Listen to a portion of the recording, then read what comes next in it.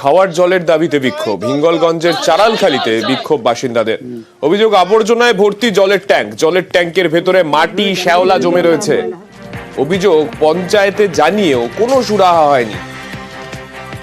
আমাদের সঙ্গে আমাদের প্রতিনিধি অনুপম রয়েছেন। অনুপমের থেকে একটু বিস্তারিতভাবে জানবো, কেননা সাধারণ মানুষের যা যা প্রশাসনের কাছে যে যে বিষয়গুলো তাদের চাহিদা থাকে, তার মধ্যে একটা পরিচ্ছন্ন জায়গার মধ্যে অন্তত এই পানীয় জল তারা যেখান থেকে নেন সেই জায়গাটা অন্তত পরিচ্ছন্ন রাখা বা একটা পরিচ্ছন্ন পানীয় জলের ব্যবস্থা করা, সেই বিষয়টা কিন্তু খুব ম্যাটার করে। তো সেইখানে দাঁড়িয়ে এই ছবি দেখতে পাচ্ছি আমরা, তুমি যে ছবি তুলে ধরেছো সেখানেও স্পষ্টভাবে আমরা দেখতে পাচ্ছি প্রশাসনের তরফে কি বলা হচ্ছে।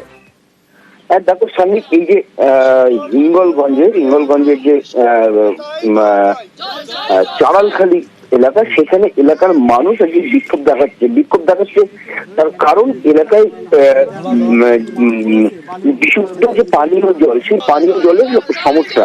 দীর্ঘ 35 থেকে 40 বছর ধরে এখানে একটি পুকুরের জল পরিশোধিত হয়ে এলাকার মানুষ প্রায় কয়েকটি গ্রামে কয়েক হাজার পরিবার সেই পানীয় জল ব্যবহার করছে। কিন্তু সেই জল বেশ কয়েক বছর ধরে সেই যে জলের ট্যাঙ্ক, সেই ট্যাঙ্কের মধ্যে শ্যাওলা আবর্জনা ভর্তি, কাদা মাটি, এমনকি সাপ পোকামাকড়ও আছে বলে কিন্তু এলাকার মানুষের অভিযোগ। এলাকার মানুষ বহুবার স্থানীয় পঞ্চায়েত থেকে শুরু করে ঊর্ধ্বতন কর্তৃপক্ষকে জানিয়েছে, কিন্তু কোনো সমস্যার সমাধান হয়নি।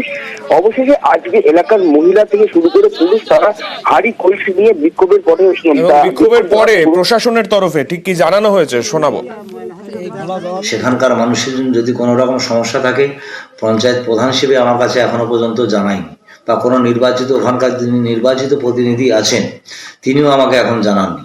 তা আমি যখন আপনাদের মাধ্যমে এই বিষয়টা জানতে পারলাম, আমি আগামীকাল ওখানে নির্দিষ্ট স্পটে যাব, গিয়ে যথোপযুক্ত যাতে ব্যবস্থা গ্রহণ করা যায় সে বিষয়ে আমি চেষ্টা করব এবং পদক্ষেপ নেব।